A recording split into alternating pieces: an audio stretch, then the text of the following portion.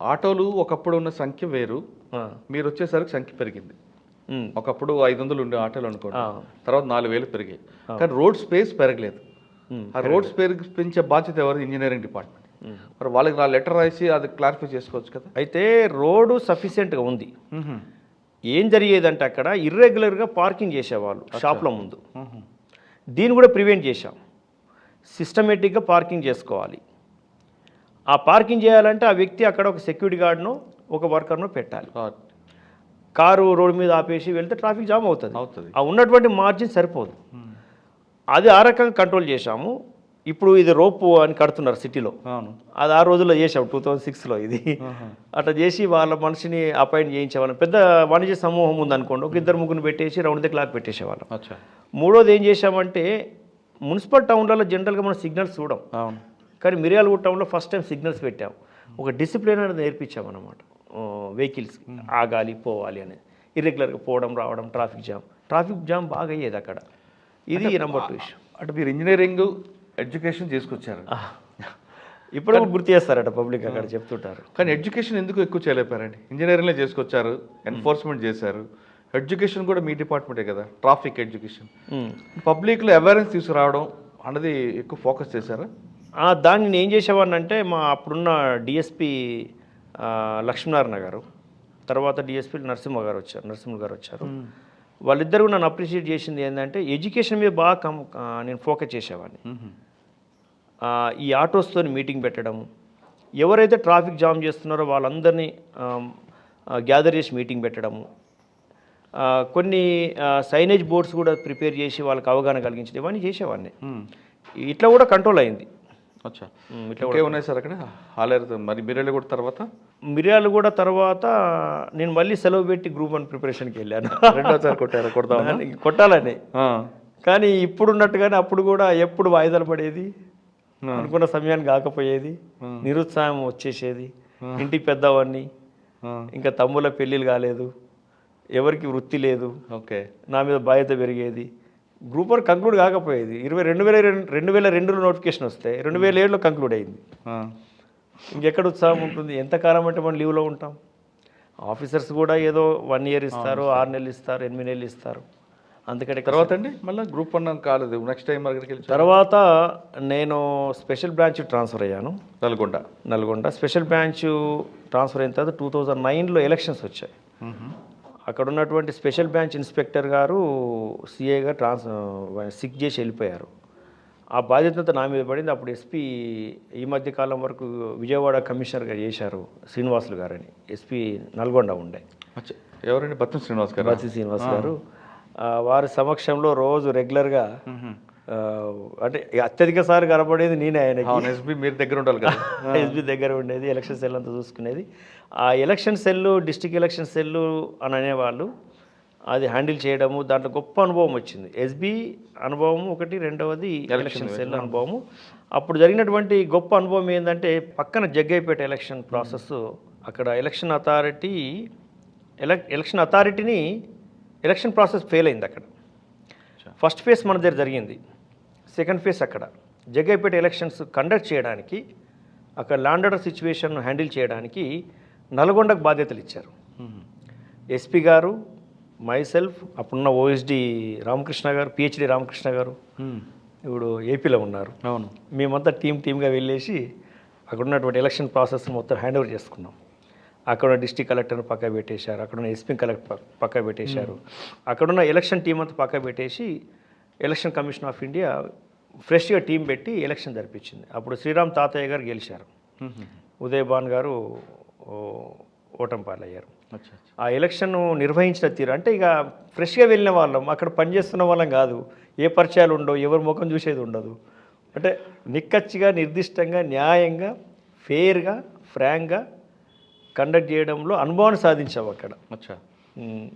Nalgonda 2009 elections. Okay, next అండి 2009 elections తర్వాత Huzur Nagar ఎస్ఐగా transfer అయ్యాను నేను. హుజూర్ నగర్ ఉండగానే నాకు ప్రమోషన్ కూడా వచ్చింది. హుజూర్ నగర్లో ఉండగా అక్కడ చుట్టుపక్కల ఇండస్ట్రీస్ ఎక్కువ. అవును. మఠంపల్లి, మఠంపల్లి, ఆ చుట్టుపక్కల సిమెంట్ ఫ్యాక్టరీస్ ఎక్కువ ఉంటాయి. అప్పటికింకా కొద్దిగా అక్కడక్కడ నక్సల్స్ ప్రభావం ఉంది అనేది చెప్తున్నారు. చంద్రవంక దళం ఆపరేటింగ్ ఏరియా అది అటు మాచర్ల నుంచి. చంద్రవంక దళం ఉన్నది అని ఈవెన్ పోలీస్ అధికారులు కూడా నమ్మే పరిస్థితి తీసుకొచ్చారు. ఒక ఫేక్ దళం, సూడో నక్సల్స్. పోలీస్ ఆఫీసర్స్ కూడా దళం ఉందనుకుంటున్నారు. ఒకరోజు శ్రీరామ్ తాతయ్య గారికి ఒక లెటర్ వచ్చింది, బెదిరింపుల లెటర్. లేదు కోదాడ ఎమ్మెల్యే గారికి వచ్చింది. శ్రీరామ్ తాత ఏంటి ఆయన నూజివీడు కదా? నూజివీడు కాదు, జగ్గయ్యపేట. కోదాడ ఎమ్మెల్యే గారికి వస్తే ఎస్పీ గారు ఆ లెటర్ పిలిపించి నాకు ఇచ్చాడనమాట. నేను అప్పటికి కొంత నక్సల్ ఏరియాల ప్రభావిత ప్రాంతాల్లో పనిచేశాను కదా, అనుభవంతో ఆయన నాకు ఎందుకు పిలిపించి ఇచ్చాడో నాకు కూడా ఇప్పటికి అర్థం కాలేదు. ఆయన ఏదో చూసి ఉంటాడు.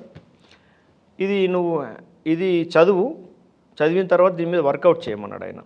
ఇది ఎమ్మెల్యే గారికి వచ్చింది, ఇంకేదైనా ఎమ్మెల్యేకి వస్తుందేమో అని ఏదో పోలీస్ ఆఫీసర్గా కొంచెం యాంటిసిపేట్ చేస్తాం కదా, ఒక వే ఎంచుకుంటాం మనం. ఈ వేలో పోతే పని అవుతుందని అనుకుంటాం. నేను ప్రొఫెషనల్ అనుకునేది. ఇప్పుడు ఒక డాక్టరు దీన్ని డయాగ్నోసిస్ చేసి ఒక వేయించుకున్నట్టే ఉంటుంది. అట్లా వేయించుకున్నప్పుడు నేనేం చేశానంటే శ్రీరామ్ తాతయ్య గారితో టచ్లో ఉన్నాను.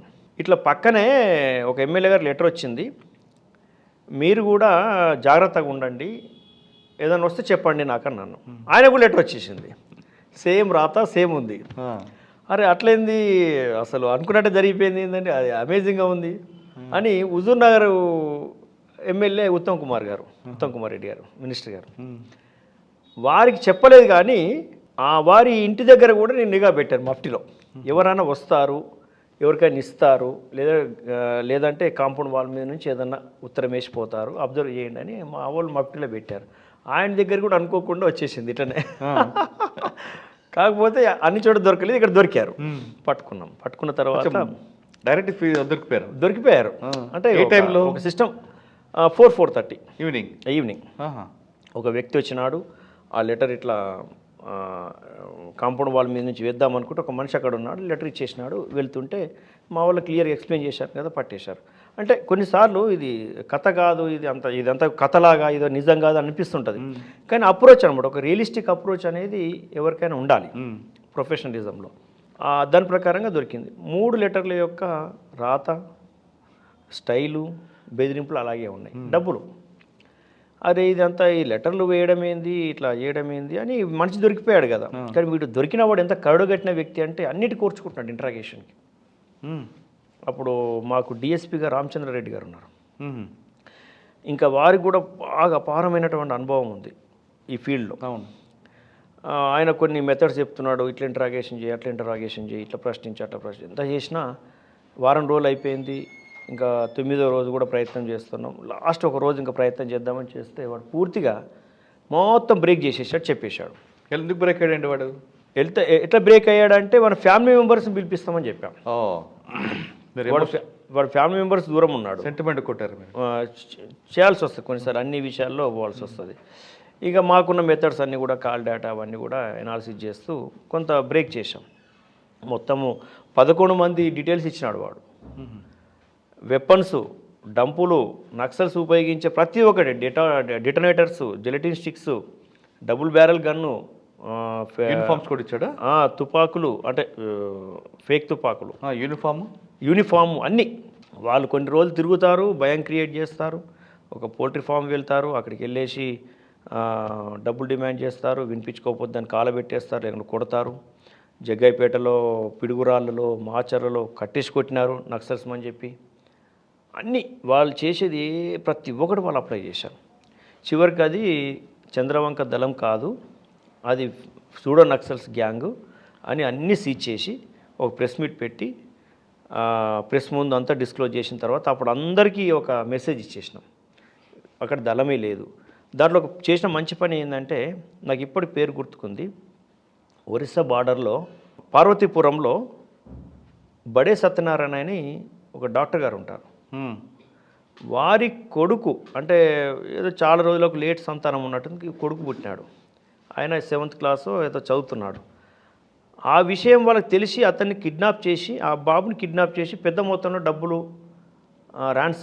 డబ్బులు కలెక్ట్ చేద్దామని ప్రయత్నం ఒకటి ప్లాన్ చేసుకున్నారు వాళ్ళు.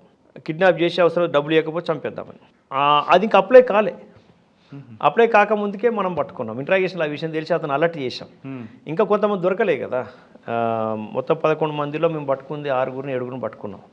ఇంకొంతమంది దొరకలేదు. మళ్ళీ దొరకని వాళ్ళు ఆ పని చేయొచ్చు కదా, అతను అలర్ట్ చేసాం. ఆ కిడ్నాప్ ఒకటి మేము కాపాడినట్టు అయింది. సార్ దీనికి లీడర్ ఎవడండి? లీడరు రమేష్ అని అతను శిక్ష పడింది. రమేష్, రాజు, గుంటూరులో రాజు, రమేష్ అనే వ్యక్తి పిడుగురాళ్ళ. ఇక్కడ వాళ్ళకి పారితపూర్వం ఇన్ఫర్మేషన్లకు వచ్చింది. వాళ్ళకి అక్కడ రిలేషన్స్ ఉన్నాయి, సర్కిల్ ఉంది. అంటే వీళ్ళంతా శ్రీకాకుళం వాడు ఒకడు, గుంటూరు వాడు, కృష్ణవాడు, అట్లా మల్టిపుల్ డిస్ట్రిక్ట్స్ నుంచి ఉన్నారు. అంతగా గతంలో జైలు పోయినారు వీళ్ళంతా. జైల్లో కలిసి జైలు ఫ్రెండ్స్ వీళ్ళందరూ, జైలు ఫ్రెండ్స్ అన్నమాట. అట్లా మీరు చెప్తారు కదా, ఇట్లా నేర ప్రవృత్తి ఉన్న వాళ్ళంతా కలుస్తుంటారు, వాళ్ళకి ఒక ఏమో ఉంటుందని. అంతా కలిసి ఎక్స్టార్షన్ ఉన్నటువంటి బుద్ధి.